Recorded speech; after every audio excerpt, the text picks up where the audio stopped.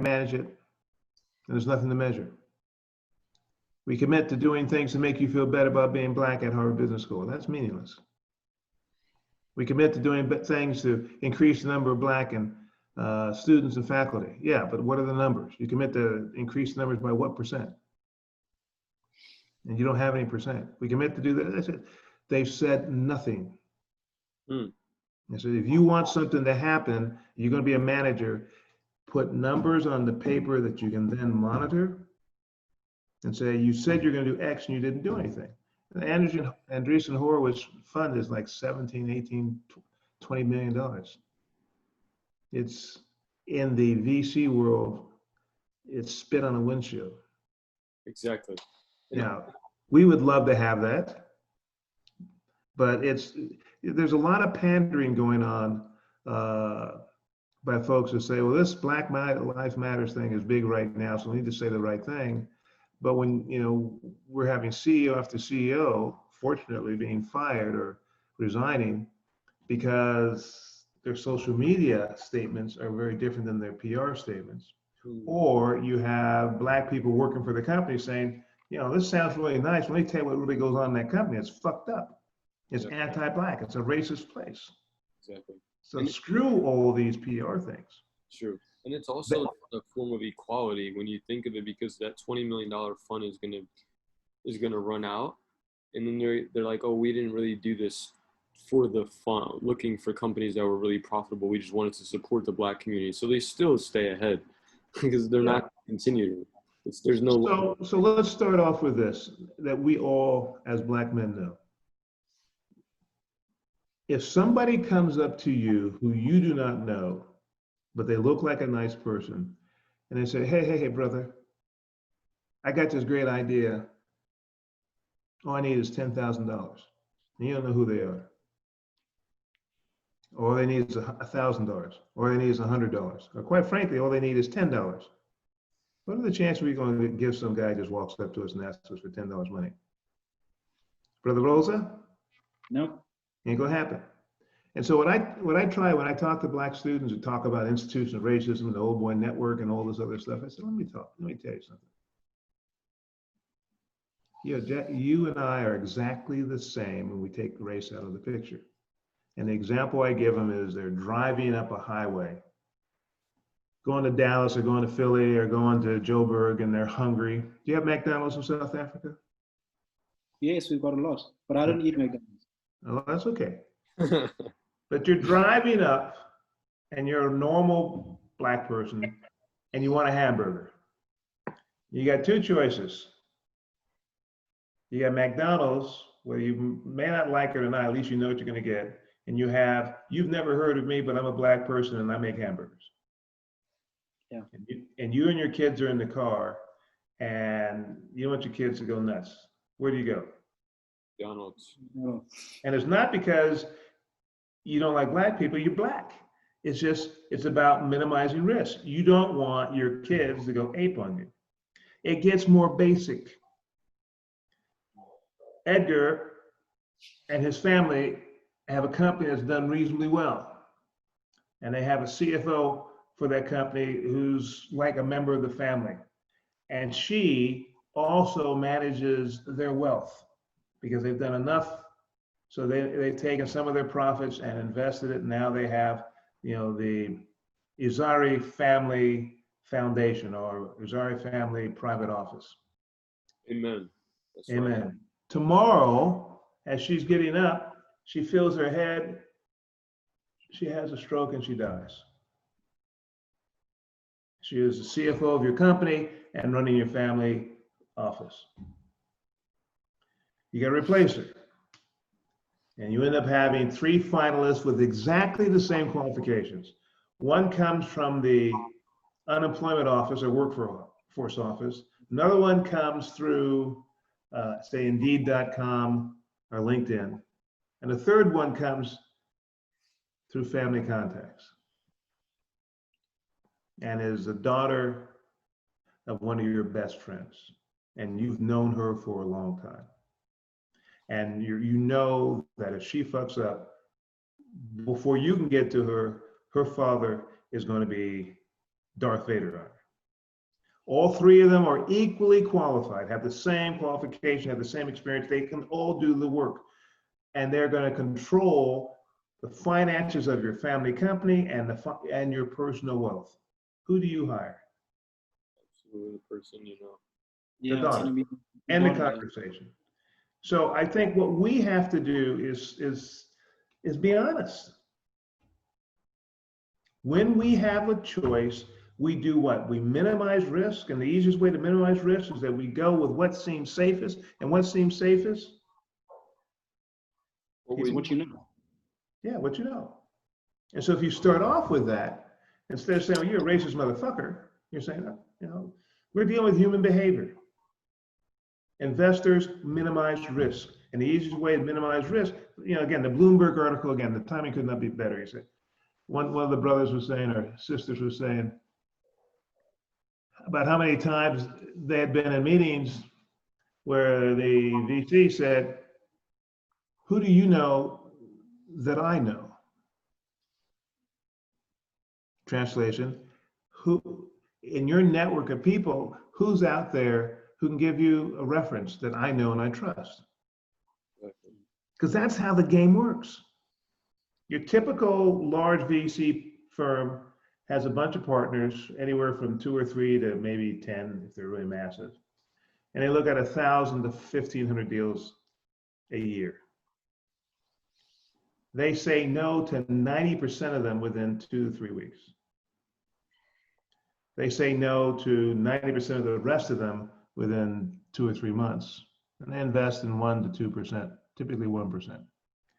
The only deals they look at are deals that come from people they know, or people who they've invested in, or people they have a track record with them.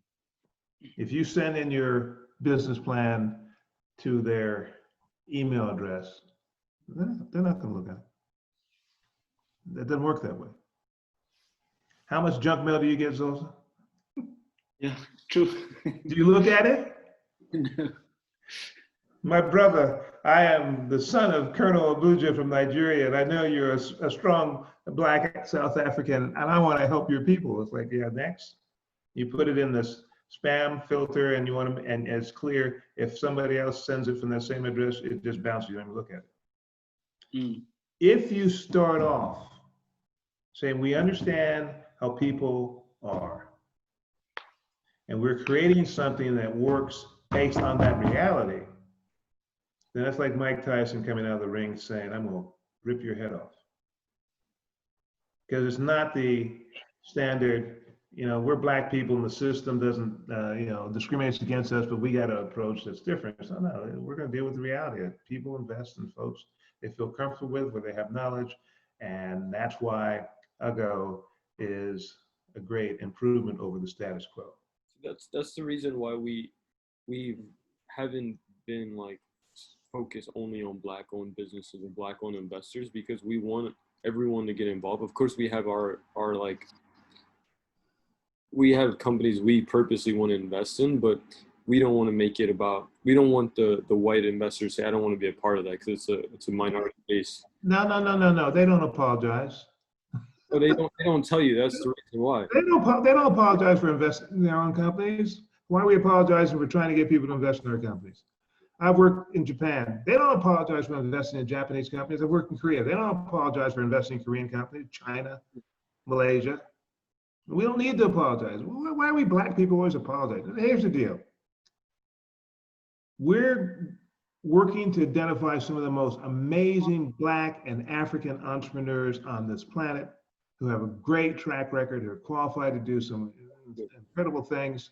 And we're looking for folks who are serious about investing in businesses that have great upside potential. We're also identifying people who have great potential if they were mentored, if they were in an incubator, if they're in an accelerator, if they got the training to take advantage of what they already have. And we're looking for people who are serious about helping that process. We don't want George Floyd money. What we want are people who say, if I make this investment, there's a high probability I'll make a shitload of money. That's what we want. Yeah, exactly. We're all about business, but our focus is on businesses, not under-resourced, high-potential companies. Fuck it. Our focus is on getting money to Black and African entrepreneurs who can't get it through the regular system because of all the things we understand that's been going on for a few hundred years. That's our focus. None of this under-resourced, high-potential bullshit. You know, Mike Tyson comes out and says, I'm going to break your motherfucking neck. Versus, I'm going to use the physics of my fist to geometrically collide with your head. And if I do it right, with the right force and the right vector, you might have a bad day. He doesn't say that. I'm going to kill you. Yeah. Speak clear, because if you don't, then you just fall into the standard bullshit that's out there. We don't want pity. We want people who want to invest in entrepreneurs and businesses that have great potential, who also happen to be African and Black. And that's it. If you ain't African, you're not Black, you're not getting the money. Let me tell you why. I went to bed at 4:30 this morning. Couldn't sleep, but it wasn't a bad time. We were over some friend's house who just moved to a new house on Tuesday, just to bring them dinner so they had something to eat because their house was all mixed up. And then on Saturday, they called and said, oh, by the way, there are 4 college kids, classmates of our son. One of them is COVID-19 positive. You need to get tested. It's like, ah! And so we got tested yesterday, and then they called and said, we were able to get one of the rapid tests, and all of us are negative. In fact, 3 of the 4 guys who are staying with this college kid who's positive, they're negative. So chances of you being positive is very, very low. So I said, okay, fine. But that kind of focused me. Like, what? Because my wife said, they have some friends of their son helping them move. We probably just should drop off the meal and leave, because who knows if these kids might be infected. We know the family is not, but we don't know these other kids. But we didn't take that advice, and then we get this call. It's like, we knew better. So that kind of got me focused on, let's just, praise Lord. It looks like we don't have to worry about this, but let's not be stupid again. So that's why you have me in this Mike Tyson mode. Yeah, I love it. Okay. Do not apologize for being African or Black. If there's ever a time when people are comfortable with us saying, we're Black and we're proud, we're African and we're proud, is now. But come up with something that separates you from all the other people who are just yapping. We're dead serious. This is why we're serious. This is why you should look at what we're doing and get excited, okay? So that's, so I start off with your first slide by saying the 90-second model is from venture capital. And it's based on the reality that most of these men and women, to a lesser degree, have heard it all, quote unquote. And so they have a relatively short attention span at the beginning of a presentation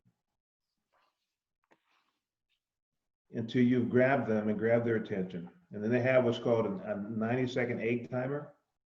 And if by the time the sand has run out in that egg timer, if you haven't gotten their interest, it's over. I mean, they made a commitment to talk to you because you came from somebody they know, but they say no.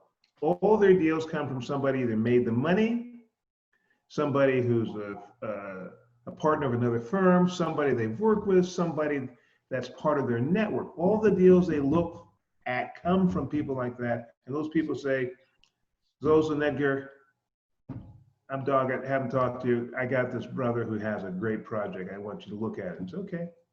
I know you, I trust you. And they say no to 90% of those deals that come from their network in 2 weeks. They say no. You're hard ass. And those are the ones they look at. And then they say no to 90% of the rest of them. It takes more time. They say no, they do not invest in 98 to 99% of the deals that come to them through their network. That is venture capital. And that's white boys doing it to white boys.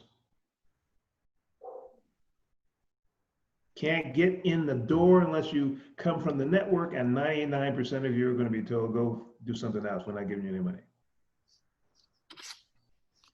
So first thing we have to do is talk in a way that makes it clear to potential investors that we actually know how the game is played. It's like somebody wanting to play for the Springboks, the rugby team in South Africa, who doesn't know the rules of rugby. Yeah. Doesn't know how you score. Doesn't know how to put on their shoes. Or somebody trying to play cricket with an American baseball bat.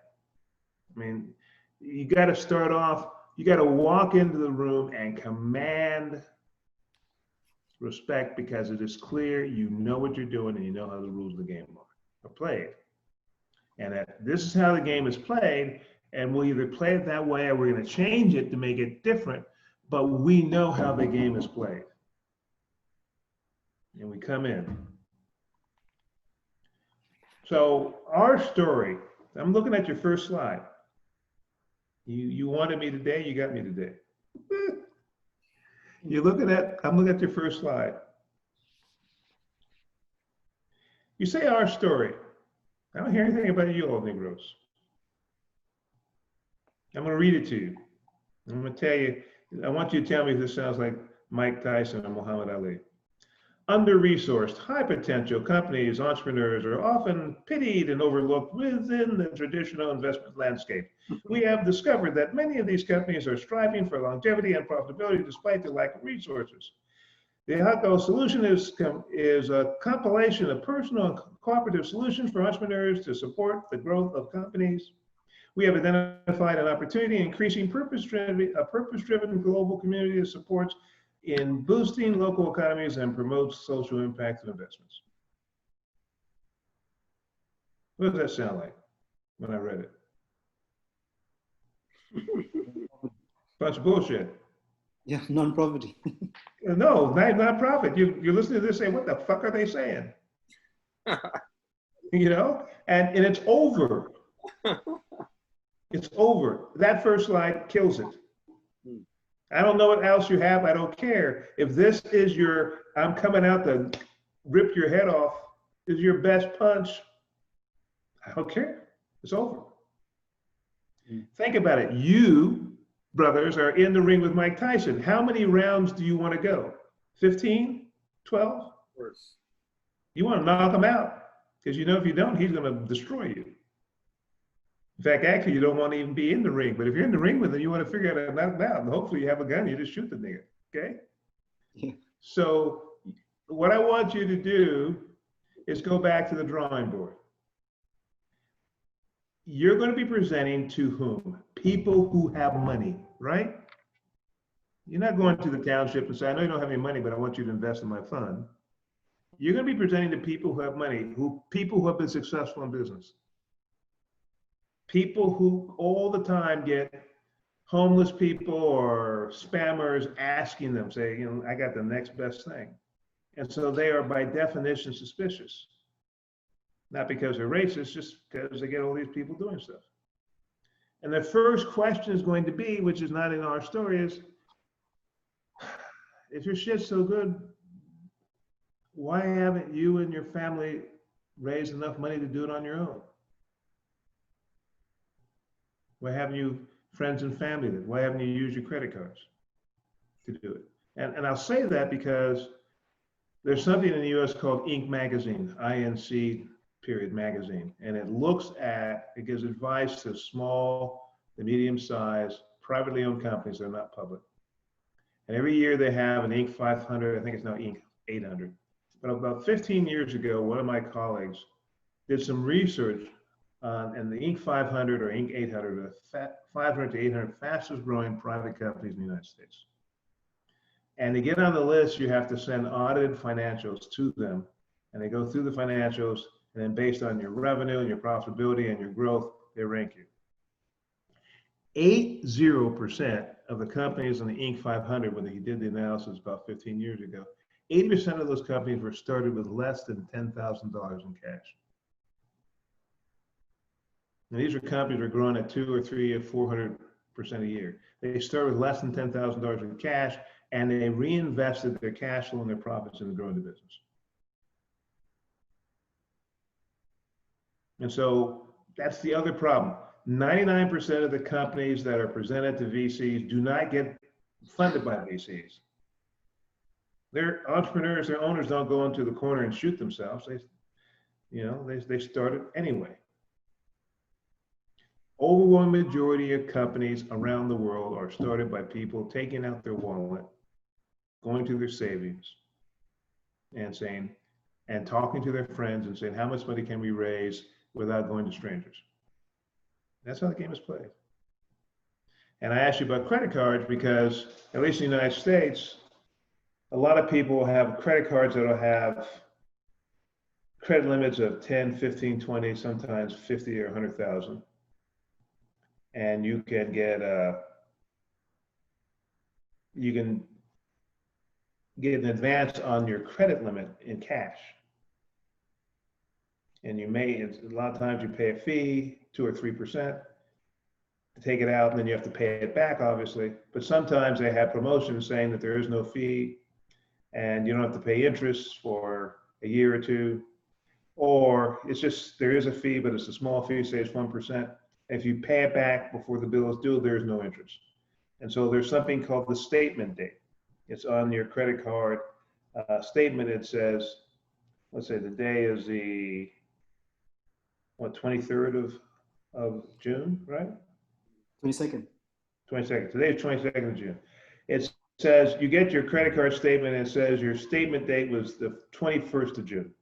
What that means is any charge to your credit card from the 22nd of June on will not show up on this month's statement, so you don't have to pay it.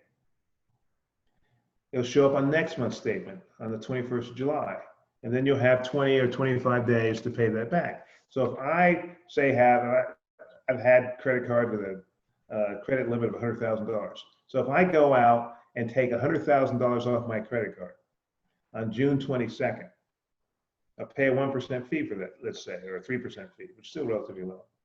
And I pay it back by, say, August 10th, when it's due, I've gotten that money interest-free, with exception for the transaction fee. And a whole bunch of entrepreneurs in this country will have 4 or 5 credit cards that have staggered payment statement dates, and they will use that as basically free money from the bank to finance their business. Now, you don't need 100,000 because remember, 80% of those companies that became massively fast-growing private companies were started with less than $10,000. So we have 2 streams here. And this is why I'm glad you asked me for help, although I'm looking at your faces and you're not sure that you're glad that I'm helping you. You get the whole 5 words. But you got 2 streams here. You got the stream for the overwhelming majority of companies that are successful, which is I take money out of my pocket, I find money from friends, it's not that much money, and we reinvest our profits and we grow our company. We never get outside money at all. We are private and we don't have outside investors outside of our network of friends and family. Overwhelming majority of companies do it. And then we have a much smaller group of companies that get venture capital or private equity or other source of institutional funds. What we know is the one thing commercial banks do not do is they do not invest in entrepreneurs, because they want collateral and they want a track record. And a track record is show me your financials for the past 2 or 3 years. And if we like it, then we'll give you a loan. We're not in the business of investing in, Zosa has a beautiful wife, and so we're going to give him money because we love his wife. We don't do that. Okay? You do. True. Look at that smile. I just say that he said, he may rip me off, but I'm going to bed tonight with my mama, so I'm not worried.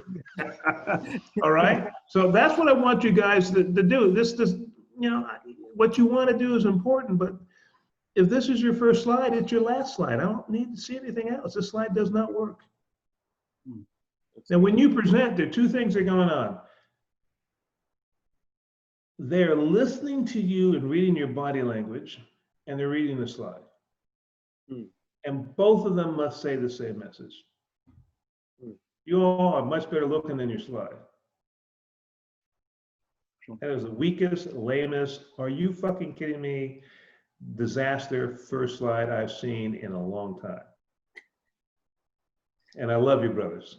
So I'm going to say that to you so that you don't end up, because here's the deal. Do you guys know what a Derringer is? It's a gun, a Derringer. Edgar? No. Where you live, Edgar? I live in New York. And you don't know about guns? Well, that's right. You live in New York. They don't know about guns in New York. Only criminals know about guns. So you're no criminal. How about you, Zosa? You know what a No, I Derringer don't. is? No. So a Derringer is from the days of the Wild West when Yeah, guys would, huh? When guys would gamble. So you found one, right? Okay. It's a little small gun. If you have a coat on, it can fit up your sleeve.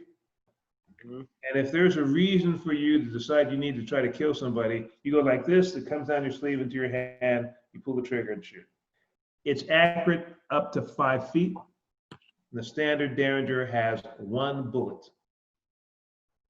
1 bullet. 1 bullet. So if you fire at somebody, boom, and miss, you got a problem. Because you can't fire again. And they know you just tried to kill you now. If they have a Derringer or worse, a big gun, they will kill you. And so I use this analogy, although it's now useless because most people don't know what Derringers are, to say when you present, you have 1 shot to hit the target and get them to say, holy shit, I got to do business with these guys. You will not get another chance. You have 1 shot to make it work, which is why you'll hear a lot of entrepreneurs saying they had to present to multiple potential investors because they blew their first shot, and there is not a second shot. That's what Eminem says too. Yeah, I mean, they will say, exactly, they'll say, you only get 1 shot, right. They will say, oh, this is very interesting, but we got some issues with it, so why don't you do X, Y, and Z and get back to us? They're just saying, get the fuck out of our face politely. Because what you'll find is when you call their secretary or their assistant, they don't have time on their schedule for it. Or they will have some junior who can't make any decision meet with you just for being PC. So you walk into every meeting saying, I gotta make this thing work. Are you a cricket guy, Zosa? Yes, I am. So you know what a googly is, right? Yes, I do. So every time has to be a googly, and for you, Edgar, that's a home run or grand slam. Okay, good. You got to knock it out of the park. Every time you walk in a room, your goal is to knock it out of the park. Have them say, holy crap, where have you guys been? And it starts with the first slide. Now, I'm going to end with this because we're not going to talk about anything else because you got to get your shit together. It's not together. So you have an amazing wife, right?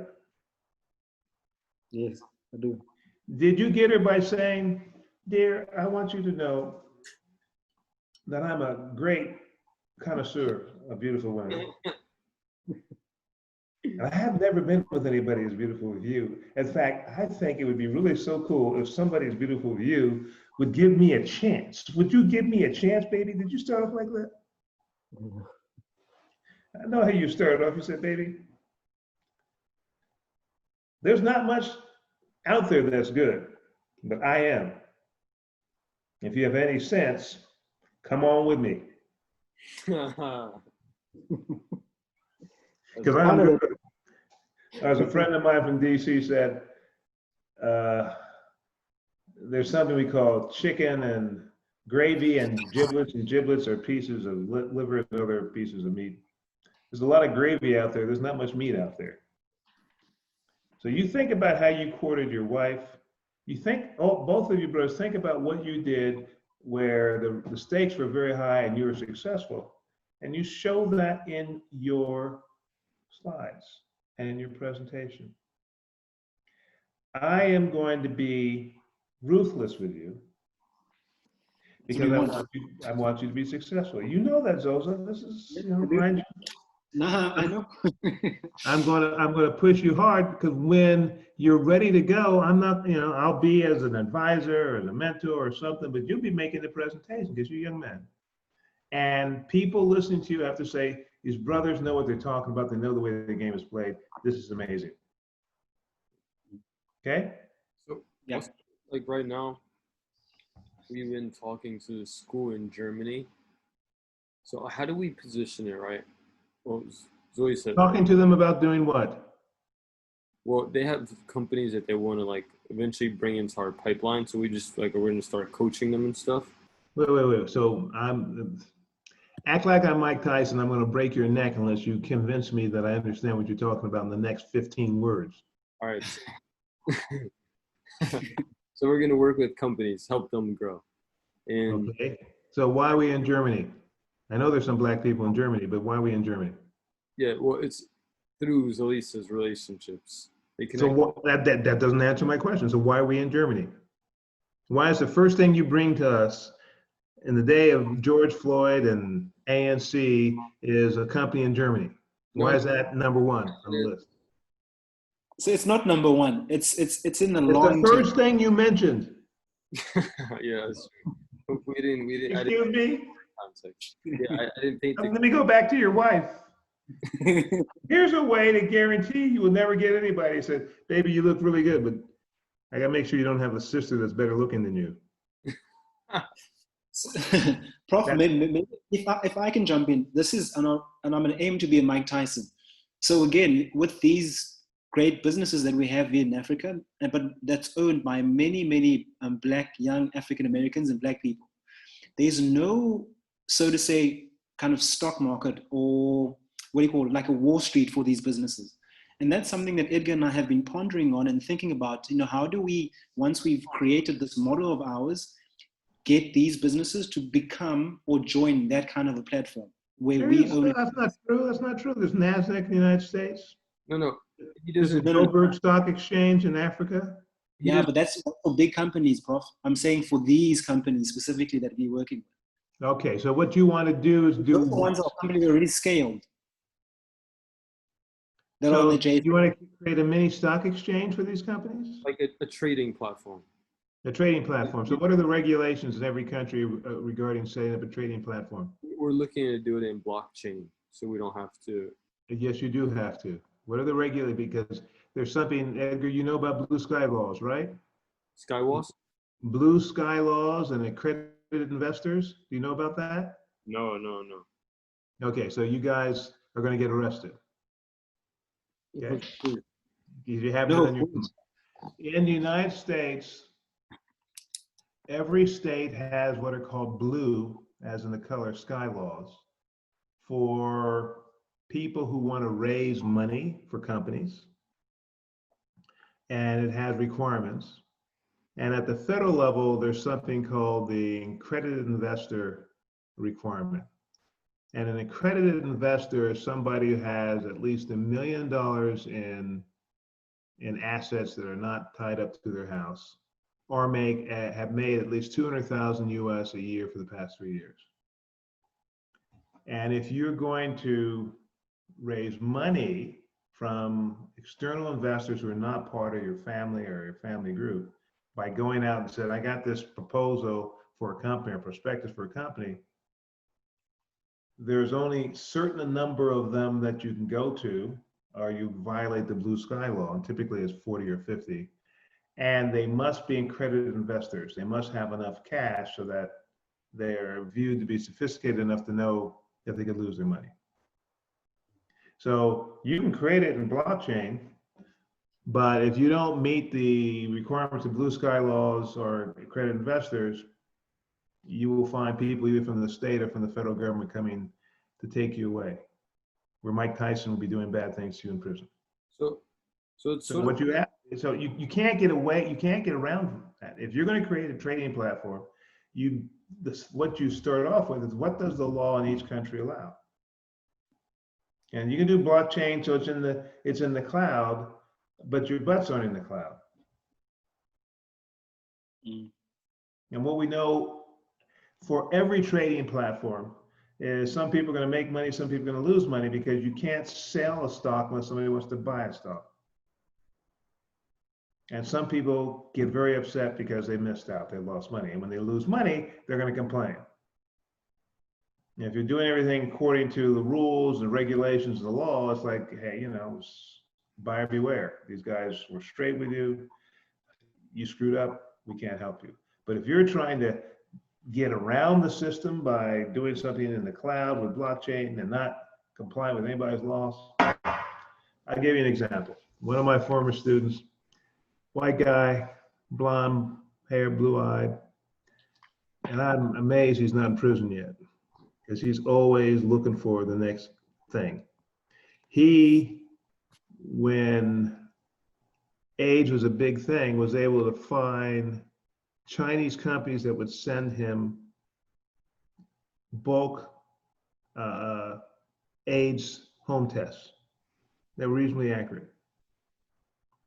And I said, okay, but there's something called the Food and Drug Administration. These tests are, these are medical tests. They're telling people they don't have AIDS or they do have AIDS, or they don't have HIV or they do have HIV. That's really what it was. Don't you need to get yourself licensed with the Food and Drug Administration? He said, yeah, technically you do, but we're so small they'll never find us. They found him. Oh, And they sent him a cease and desist letter.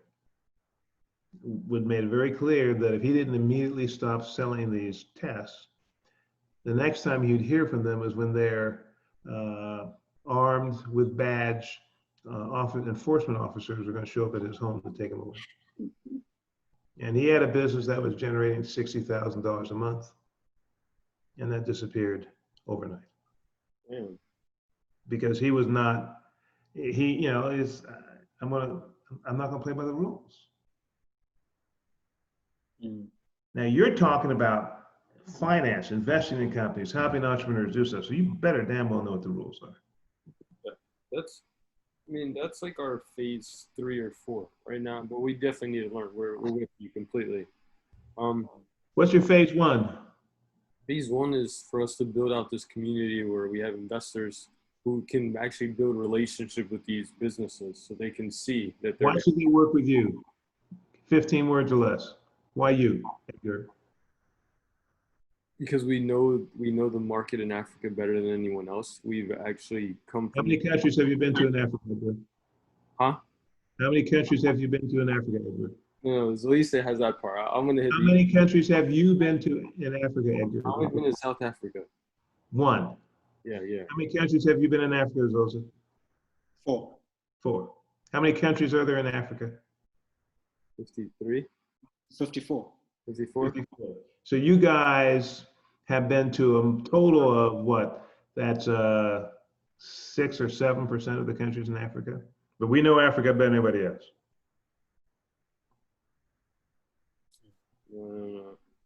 That dog doesn't hunt. Now, what you could say is that there are a handful of economies in Africa that are kicking serious butt. There's South Africa, there's Nigeria. Well, they have entrepreneurs kicking serious butt. South Africa, Nigeria, Ethiopia, Ghana, Kenya, maybe a couple more. So Africa is a big continent, 4 times larger than the United States or 3 times larger than the United States. But there are a handful of countries where entrepreneurship makes a lot of sense. One of them is Rwanda.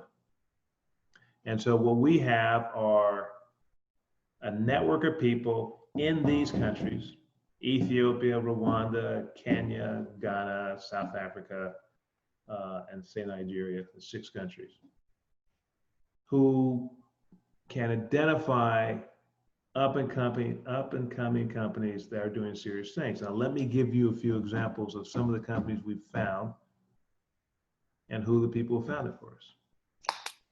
Isn't that different? That makes more sense.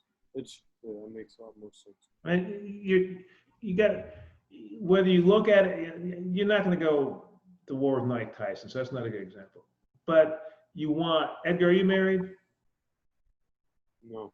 Do you like women? Absolutely. Okay. Do you want a wife like Zosa's wife? I hear she's great, man. You hear he hasn't let you see her? Yeah, I've seen her. And you hear her. Shit, you don't have to hear her, just look at her. It's like, holy shit, man. So, how do you how do you get somebody who's that amazing to even be interested in you? Then once you've gotten their interest, how do you continue that conversation when they get so excited about you to say, I want to spend the rest of my life with you? That is focus, that is discipline, that is, you know, you're on steroids, just trying to make this deal work. That's your business. You're coming to strangers and you say, we know the entrepreneurship scene in Africa as well, not better than anybody else, because that's a lie, but as well as anybody. We have contacts in countries that are kicking it. And there are companies that have great upside potential that are having problems finding financing because they've already outgrown the local market. For example, and you give examples. If you can't give examples, then people are going to say, well, you know, these are young boys who don't know what they're talking about.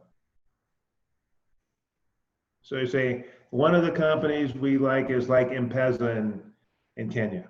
M-Pesa has made mobile payments super popular. But M-Pesa is owned by a major telecom company. We have a group of African entrepreneurs who've come up with something that is going to give M-Pesa a run for its money. And they all used to work for major telecom companies. They know this stuff, but they want to do something that's not controlled by Vodafone or Orange or some European company. They want to do something that's owned by and run by Africans. And here's what their platform does. Here's what their technology does. And here's their background. Here's what they've been able to do, and this type of money they need to get to the next level. That's the conversation you have. You can't have that conversation, you're not in the game. So what about serial number, success. Now, they need X number of dollars to go to the next level. These companies exist. So what about like our approach is a little different?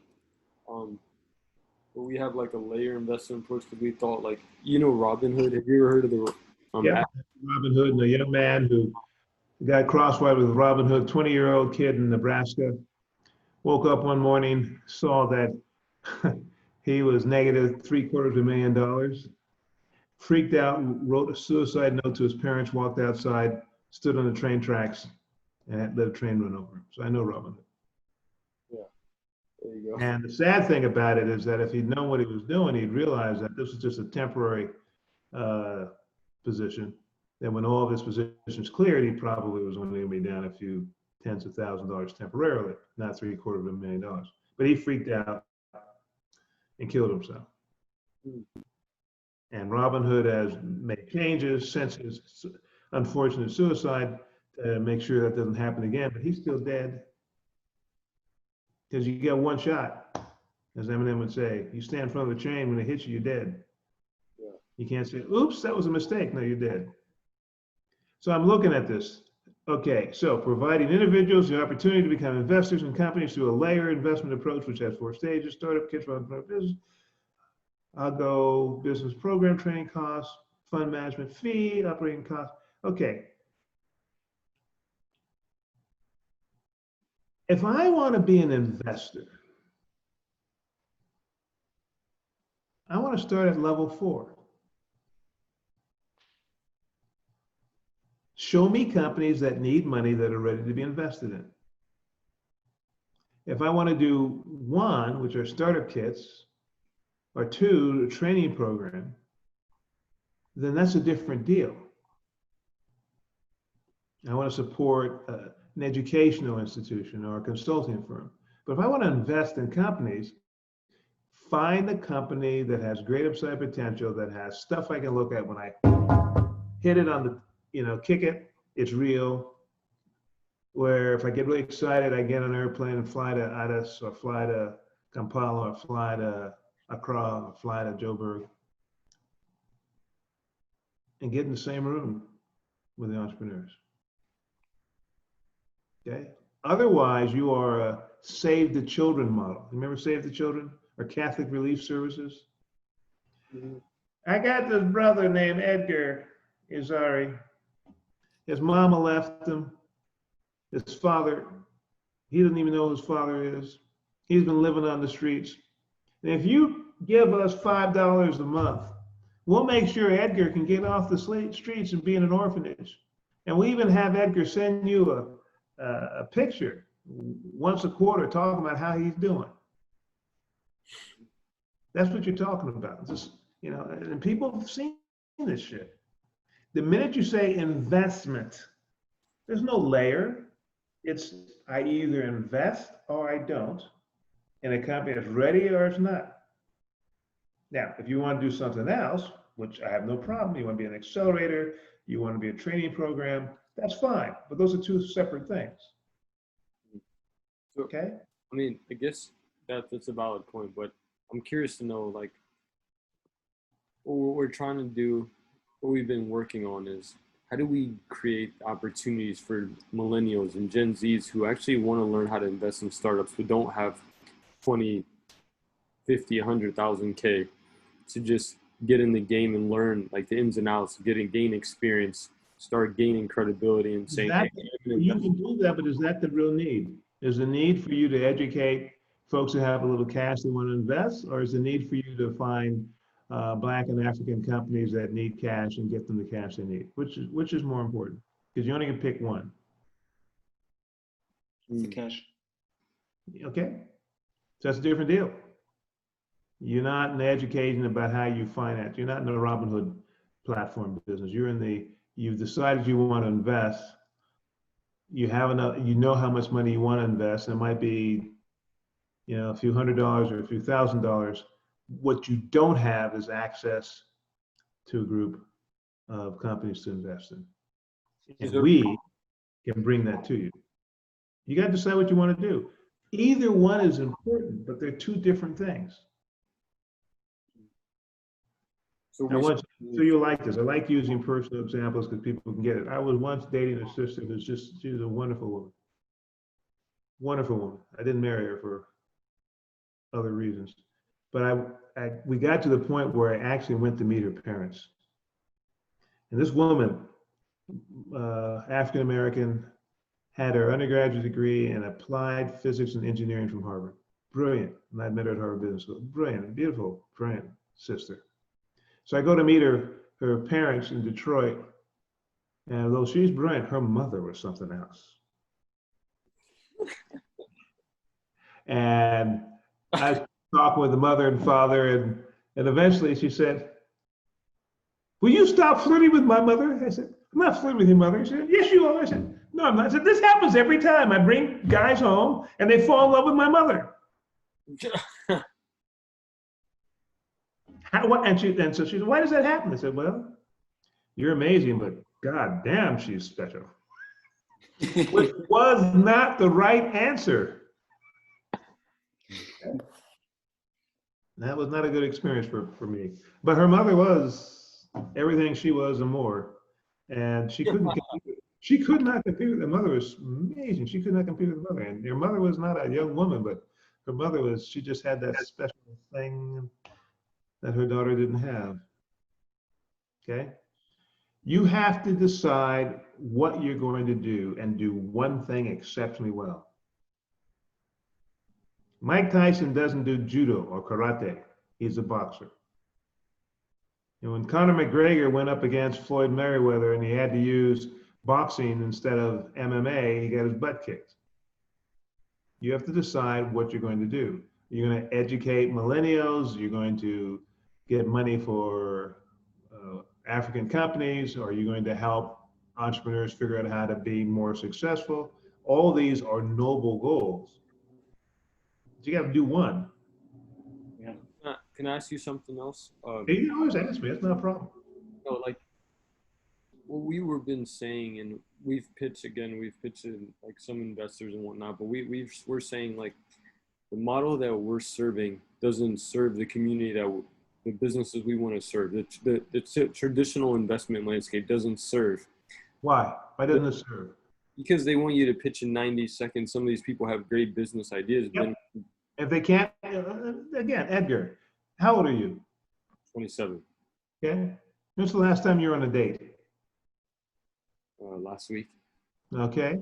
And you gonna go back with that person again? Yeah, for sure. for strong, right? Well, how important is 90 seconds when you're starting a relationship with somebody? It's over, right? The first 90 seconds, if it doesn't work in 90 seconds, they're doing the Michael Jackson moonwalk away from you. So don't turn around and say in your personal life, you understand how important it is, where first impressions are going to determine whether or not you have a chance. But when we talk about money, it's different. The minute you say, well, for the normal deal is 90 seconds, the normal deal is this, but we want to do something that's different, most people are going to say, well, why? Why should we change the way we do business just because you all haven't been successful? Versus what can we bring to the table that allows us to be successful with the normal way things are done? Because remember, we go back to this family CFO dies and you need to replace them. We are not going to take a risk. We're going to find the least risky person to replace them because it's our money. Okay? And investors think the same thing. If I'm going to invest in a platform, you de-risk it for me. You tell me all the reasons this is not a risk. First thing you tell me is I got all the certifications necessary, so I'm legal. 2, I have a track record. So, I've worked with people who've tried to set up private equity funds and venture capital funds. They call it standing up a fund. And the first question is, who are the men and women who are going to be the general partners who are going to lead it? What has been their track record with their previous jobs over the past 3, 5, or 7 years? What have they done? What have they brought to the table for investors? And if the answer is, we've worked in these big companies, but we've never closed the deal, then well, fine. You come back to me when you've closed the deal, where you can show me that over the past 3, 4, 5, or 10 years, you pulled the trigger on X number of deals that generated Y return. Now, you may not like that. It's not important. That's the way the game works. Now, if you want to do something that's different than how the game works, you can, but you have to explain to people why the regular way of doing stuff is not relevant. This is what we're saying. Like that traditional landscape has been created. A system has been created to serve one person, like a demographic, right? Not everyone fits into that demographic. There's people out there with a lot of potential, people that need resources and support, guys like you to come on and support us, not just say, hey, pitch to me in 90 seconds. Because we would. I understand. So let me, Edgar, ask you this very simple question, because I understand what you're saying. Are there African entrepreneurs who have their shit together, have companies that are successful, and are ready to go to the next level, and they need cash today? Yeah, absolutely. Then that's the traditional model. That's the traditional model. They just need people to help them figure out how to get cash, because every aspect of their business is ready for investment. They got a track record, they have audited financials, they have a good team, they have a good product, and they just are invisible to the greater world. Was Jose Pedro a part of your class also from Angola? No. I didn't think so. So I got another brother who I'm helping. He's a basketball player from Angola. And he has a couple of businesses that are keeping it going. But what he wants to do is to help identify kids at the high school and pre-high school level who have the potential to play basketball in U.S.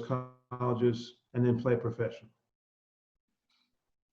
And so we're having a similar conversation, and it's very simple. He sent me his description of what he wanted to do, and I said, it's really nice, but you didn't tell me what you've done. You didn't tell me if you played basketball. You didn't tell me how many kids you've helped get at least high school scholarships or college scholarships. That's what investors are going to want to know. Yeah. You can, what we do as a people, we say, well, the system doesn't work for us, so let's reinvent the system. Edgar, Black people in the United States had $1.3 trillion go through our hands in 2018. 1.3 trillion, that is $1 trillion more than the GDP of the state of Israel. We have the money. We just don't use it properly. And then we add blacks in Africa. I mean, we're talking, it's a ridiculous amount of money that we have going through our hands. We don't use it properly. The question is, how do you get money into the hands of people that would never have the opportunity to get money into their hands? If you have a great idea, you can find a good investor. If you have experience, you can just say, hey, I was an engineer. That's not the story for every entrepreneur.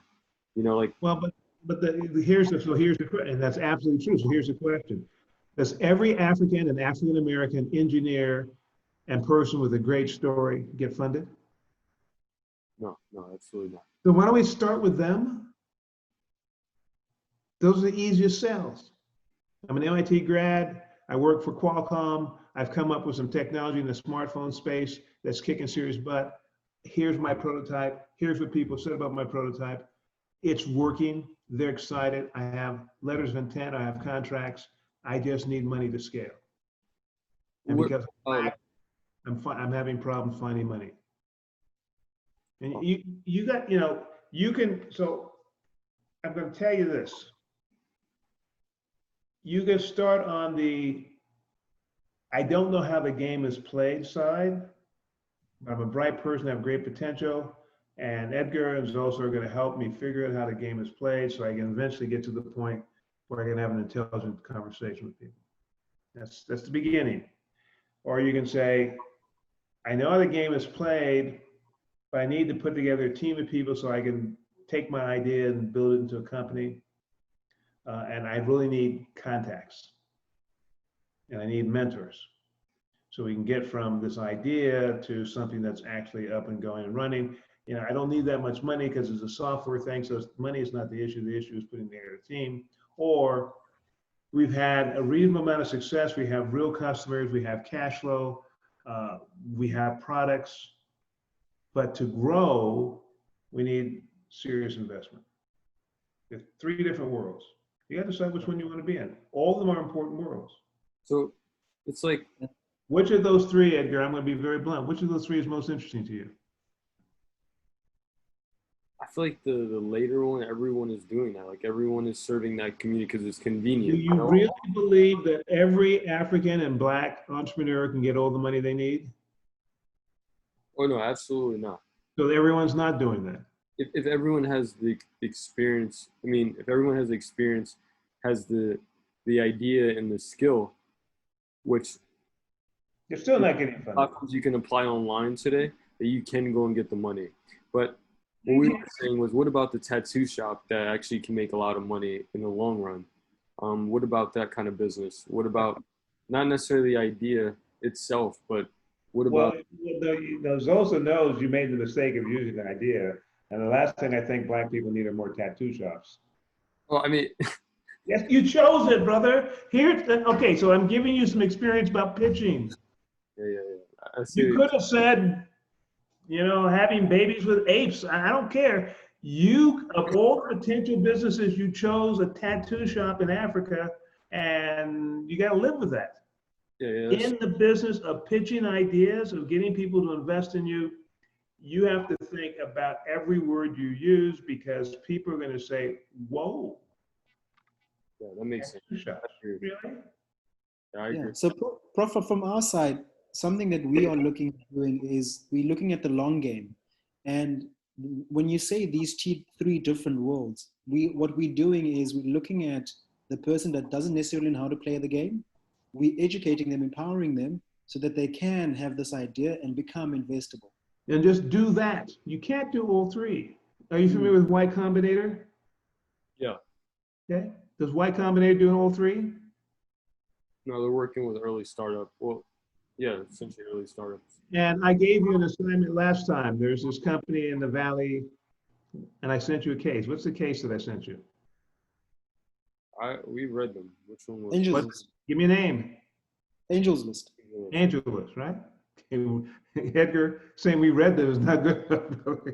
I thought you said R because you sent those. So, do you want to be an Angels List? Do you want to be a Y Combinator? Do you want to be Angels List, or do you want to be a venture fund? Because there's a reason nobody does all 3. We want to be the earliest one, seems like. Yeah, Okay. sure. So it's, you want to be before Y Combinator. We want So to be Y Combinator, but in a way that's maybe not you want exact. to be before Y Combinator, because the people who get selected by Y Combinator, they accept about 3% of the people who apply. They understand how the game is played. They have great technology. They need 3 months in Silicon Valley with mentors and advisors to get to the point where they can present on demo day to investors. That's what Y Combinator does, and a lot of them get invested in. You want to be pre that, Yeah, where you're a bright kid that you don't know shit about how anything works, and we're going to help educate you about how stuff works. That's what you want to do? but we want to take them through like essentially a No, life. no, no. That's not my question, Edgar. When I ask, again, this is presentation 101. When somebody asks you a question, answer the question. Is that what you want to do? Yes or no? Yes, we want to start with early stage startup. Okay, so my next question, how do you make money doing that? I was going to say now, Prof, maybe that's not the right word to, not the right words to use. It's like That's what not, you use. yeah. So the words that we will, that I will use for that is, it's people that are high potential, people that have done things and had failed, but haven't been given the opportunity to further educate themselves so that they can Okay, actually so get. make an elevator pitch to me, Zosa, right now. So Come we on. are looking, so we are looking for entrepreneurs and people that are high potential, but are seen in the VC world as high risk because of the track record they do not have. And we want to build that track record with them so they can get invested. Okay. Say that in 10 words. High potential entrepreneurs that have been overlooked by VCs, and we train them to be relooked. Okay, so why have they been overlooked? It's lack of experience, So lack of exposure, then lack why are of they, resources. then why are they, well, those are three different things. There's exposure, which means I have a great business, but nobody's seen it. There's resources, which means I have a great business and I have success, but I need more money to grow it. And there's lack of experience, which means I'm highly educated, but I don't know anything about anything. I don't know how to do stuff. There's three different things. Which is the most important? So this is gonna be a lot of words, but Zosa, this is Zosa. Sorry, Edgar. Yeah. Come on, So Zosa. the most important one is I would say the exposure. Okay. So what you want, and this is really important, there are accelerators who do this, there are meetups that do this. What you want to do is help to expand the pool of potential entrepreneurs in Africa by helping them understand how the game is actually played. So they know this is the way it works. Absolutely. And Prof, just to add to that, right? If you look at what I've experienced with you, so I've also come from an environment and I've pitched to different VCs here and I never got selected. But then when I was able to be exposed to different opportunities, access to information and having conversations like I'm having with you now, I feel like I'm more confident and I'm able to challenge myself, but ultimately work to build a global business.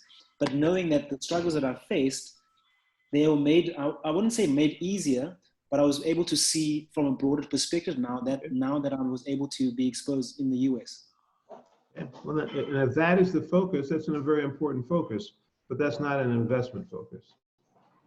Investment focus is, I have some money I want to put to work, help me find companies that I can invest in, and give me some indication what type of return I might get. What you're talking about is very important. It's what I do for a living, right?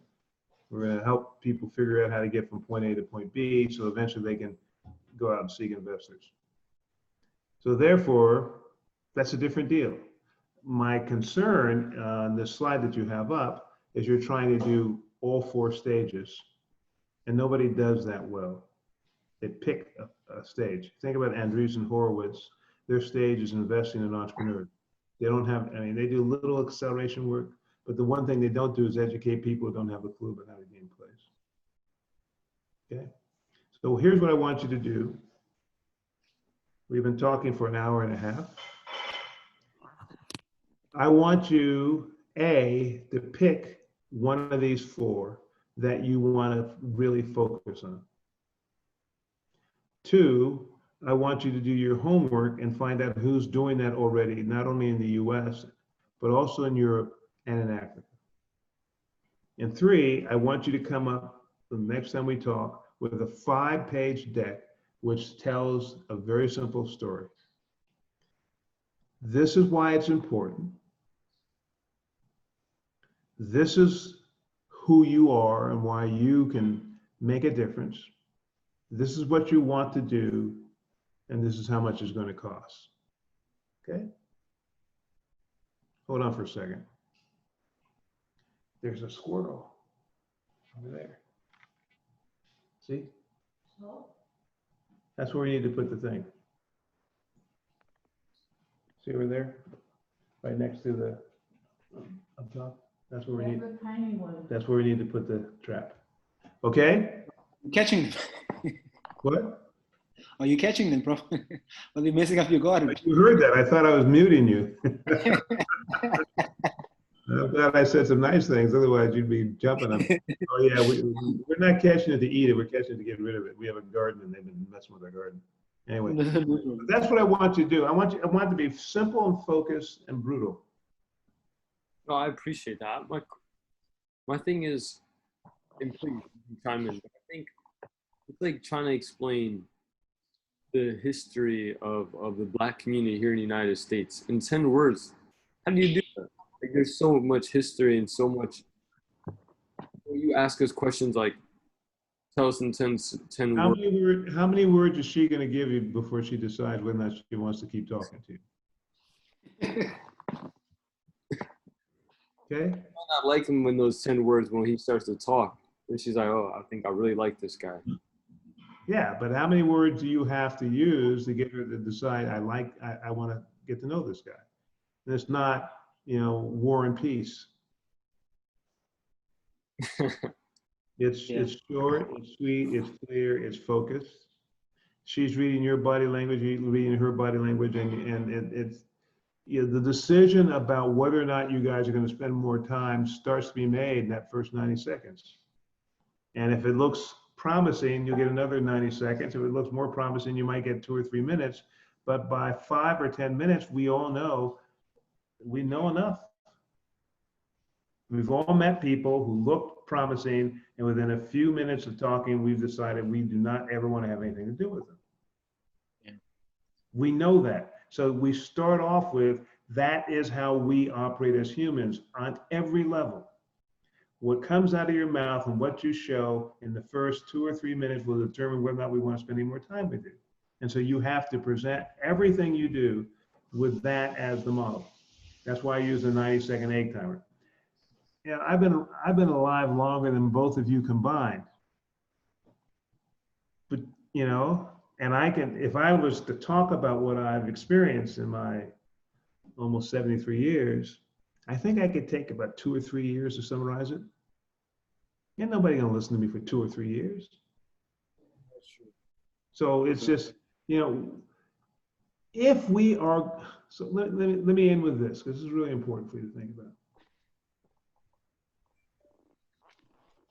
There are 17 million Jews on the planet. Jews in the state of Israel have an inordinate impact on the world. There are 50 million South Koreans in South Korea, and another maybe 10, 15 million South Koreans someplace else. There are 24 million people in Taiwan. There are 8 million people in Switzerland. There are 5 million people in Singapore. There are 5 million people in Denmark. These are small numbers. And each of the countries and city-states I talked about have had an inordinate impact on the world. When you add Africans and African Americans in this hemisphere, there are 1.5 billion of us. And we can continue to make excuses. Or we can just say, let's get our shit together. There are 8 million people in Switzerland. And we can say what we want to say, but the bottom line is that that's how the world looks at us. And we have about the same population of China and the same population of India. And China is kicking serious butt, and India is getting serious butt kicked. And then they're us. And my position for a long time has been very simple. Instead of trying to say the way the game is played is not fair because we're not successful or it discriminates against us or any of those shits, the way the game is played is the way the game is played. How many words do you need before she decides she wants to spend time with you? You're not going to tell a sister or whoever you want to date, well, I know the way you normally decide things is X, but because I'm black, we need to have a new set of rules about how you decide who you want to be with. She's going to look at you and say, so I need to know, goodbye. Everything we do is like courtship. When you're looking for investors, you're courting investors. And if you think of courtship with women, it's the same thing. What do you show them that makes them decide they want to spend more time with you? What do you show potential investors, whether it's for startup kits for entrepreneurs or for accelerator, that you have your shit so tight that they want to give you money? And the minute you start talking about how the system hasn't worked and all that, that's really nice, but you turn off people who are the type who are willing to write checks or wire money. Because they've heard that before. That's going on all across the world right now, the George Floyd protests. So, and you ask people what you want. Are the NFL players kneeling? What's your program? And their answer is there isn't any. We just, we didn't discriminate against. And I love that when the NFL players started protesting against social injustice, but I started saying, okay, they're kneeling before we play the national anthem. What do they want? What would they want to see which would cause them to stop kneeling? It's been 5 years. There's no answer. Black Lives Matters. What do you want that's realistic that would cause you to say we don't need our movement anymore? There's no answer. And the real world is answers. Yeah, absolutely. ANC, with all the corruption that's happened, was able to take out the Boers because they made it very clear. It's very simple. Either you figure out how to cut a deal with us, we're going to kill you all. And I remember, so I'm not politically correct, as you probably figured out. So I'm lobbying for sanctions against South Africa and Washington, D.C. in the 1980s. And I say something that causes all the good people to get really upset with me. And what I said was this. I said, we got to support sanctions against South Africa because these are motherfuckers. But there's a simpler solution. I said, what's that solution? I said, if on Thursday night, every black cook for a white family put something in that family's food so that on Friday morning they all had severe diarrhea, and every single fucking white family in South Africa that had a black cook had severe diarrhea, they would realize it's over. Well, that's not fair. You can't expect oppressed people to do something like that. It's a bullshit. Because the message is next time we're going to put some poison in there and you're all going to be dead. You cannot live in South Africa without black people keeping you up. The South African military, South African police force is predominantly black African. Right, Sosa? True. So it's just India. I mean, think about India. 350 million Indians were controlled by 100,000 whites from Britain. Why? Because the police and the army were primarily Indian with white officers. So the reality is when you look at revolutions that work, they work because you accept this is the way the game is played and you declare war on that game. And you play it better on the other side. And, money is money. The money game has been played the same way forever. The Bible and the Quran say the same. There's a reason there's prohibition against usury in the Bible and there's prohibition against interest in the Quran because both religions don't think it's fair to make money off of money. But guess what? Nobody gives a shit. We love having investments that grow. That's the way the game is played. And so the problem our people have is we say, here's the way the world is. It's not working for us, so let's invent something new. No. Here's the way the world works. Let's make sure all of our people know how the world works, and that we can play the game as well as anybody else, and come up with our new version of it. Otherwise, when I'm 173, we'll have the same conversation, except I'll be in the cloud and you'll be dead. All right, brother? Storing memory. I know, Prof, you told us. Storing your memory in the cloud. Yeah, well, I'll store mine there as well. I can communicate still. it won't be just my memory. It's going to be me. Because that's the limitations of my body. So what I want you to do, brothers, is, you know you have my support.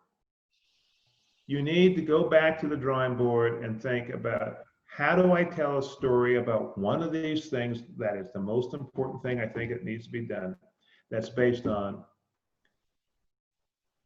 this. So I'm going to give you a framework. Let's go on assumptions layer 1. There are colleges and universities in Africa that are turning out some incredibly well-trained computer software and computer science graduates.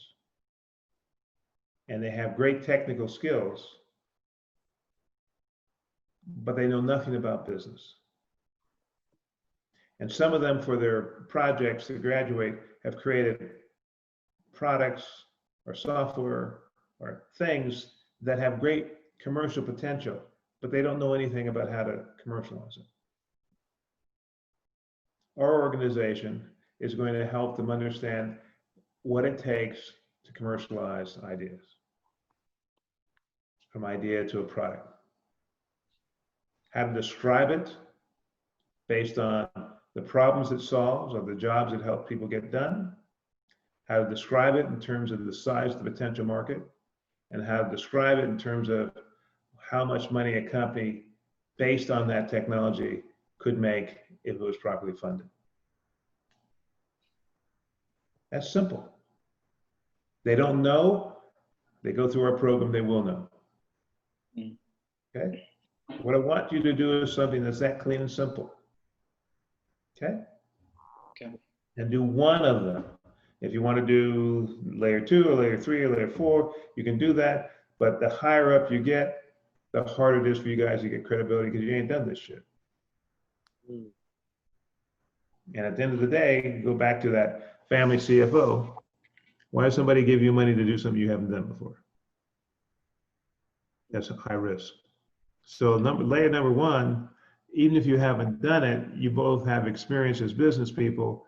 You're both Black and African, so, and it's a low risk, so people might say, okay, we'll give you a little money to see if you can get that done and then see where it goes. That's how, what's the name of the case again, Edgar? What's the name of the case, Edgar? Angeles? What's the name of the case, Edgar? No idea. You see, Zosa? Yes, Prof. What's the name of the case? Angels List. Oh, Yeah. I said that. I didn't hear you. Just repeat it again. I said Angels List. You should have said it again. Versus I have no idea. Listen, this is how I'm just pressuring you. If you look at the Angel List story, they started small. They identified one problem and they solved it excellently. And once they owned that solution, then they went, okay, what's the next layer up? Okay, because you have 4 layers. You have to, I would argue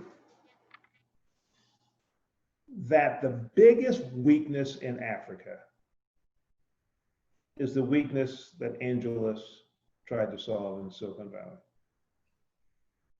That there are young men and women who have great business ideas and have gotten their company to at a stage where if anybody knew about them, they might get excited about investing in them. Nobody knows about them.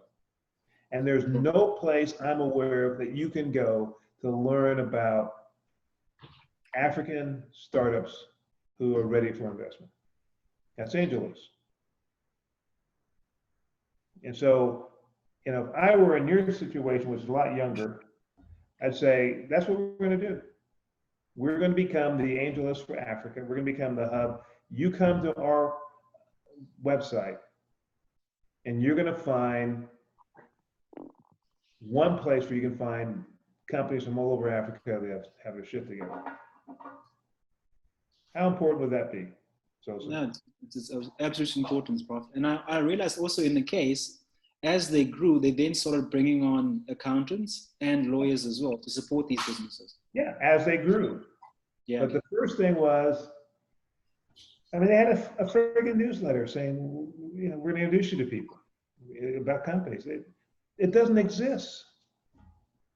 You know, I have friends from Ethiopia, and they say great things about Ethiopia. I was in Accra, Ghana in August, and I've heard great things. But even when I was in Accra, there was no place for me to go to find out all the people doing great things. No, absolutely. I mean, even if you look at our cohort, Prof, from last year as an example, I mean, there were 700 Africans. There's no list of all those 700 Africans in terms of their businesses and what they do. Yeah. And there's 70,000 who applied. We don't know who they are. Yeah. So if you think about it, what would be more powerful than Edgar and Zosa saying, we have created a platform that will give you access to African businesses that are ready to go to the next level. Okay, just that. Just that. So I'll tell you, the reason I'm pushing this is it doesn't exist. And if you could do that well, think about how powerful that would be. 15 years ago, I was a co-founder of a competition called From Idea to Product at the university. And the idea was this. There are professors who are doing research at every single university in the world. And some of them come up, especially the engineering and science professors, come up with inventions, patents that could be commercialized, could be the basis of a business. But even at my university in Austin, I don't know what they're doing unless I go door to door. Hey, brother, what you doing working on? Tell me about it. Okay. And if I go to a university that's across the street or 100 miles away, I have no idea what they're doing because there is no window into the research that's being done by professors who are creating products that could, creating things that could be commercialized. So we came up, an engineering professor and I came up with a competition, and you answered 3 questions. What does this technology do? Well, not 3, 4 questions or 5. What does technology do? And then what problems does it solve, or what job does it help you get done? Who owns this technology? And it had to be a university. Has anybody ever tried to commercialize this technology? The answer had to be no. And how big is the market? That's all it was. And so the idea was we'd create a template, AngelList, can you hear that? A template that would be used for every single professor who's doing research that's coming out with a product that could be commercialized, and it would answer the same questions. What does it do? Whose problem does it solve? Who owns this technology? How big is the market? So you could go to that website, and whether it's the University of Joburg or Witwatersrand or University of Ghana Legon or University of Eindhoven or University of Texas, you'd have the same framework. This is what the product, this is what it does, this is who owns it, this is how big the market is, okay? And then you can organize it by university, or you can organize it by department, or you can organize it by subject matter that's independent of the university. And oh, by the way, if you want to find out more about this, here's who you contact. It doesn't exist still. I mean, we've done it on a small level at the university, but I'm dealing with academics who don't understand business, so it doesn't exist still. You create that for Africa. You can self-fund. Because what you're saying is that there are a whole bunch of honeypots out there. We'll help you find them. That's AngelList. We're gonna make a shitload of money of just letting you know where the opportunities exist. And as we build credibility with helping you get visibility to great opportunities, then we can make money with layer 2 or layer 3. But the number one problem in, think about it, Silicon Valley was finding people who are doing shit. Edgar, you say that's this, the system doesn't work for us. Fuck, the system didn't work for white boys. Well, I think I need to be more cautious with my wording, because I'm not saying the system should be changed. I'm just saying there should be another approach as well. No, I'm not going to buy that at all. I'm going to say very simply, if you guys can create the AngelList for Africa, you'll be wealthy. And the companies that you identify will have pictures of you on the wall in their bedrooms, and they will worship you because it does not exist. And so why would you say, well, nobody's done this yet, let me do something else, versus, well, shit, let me just do this. Yeah. So in essence, our angels list, right? Just these companies becoming visible, Prof. That's how I'm understanding it. Will be potentially layer 1, and as we grow our angels list, we're then able to start providing layer 2 to them, which is the business program, because we have the platform that's running. It turns out to be necessary. I agree with you, but what I want you to do first is do layer 1. Yeah. Become the. You guys know telephone books?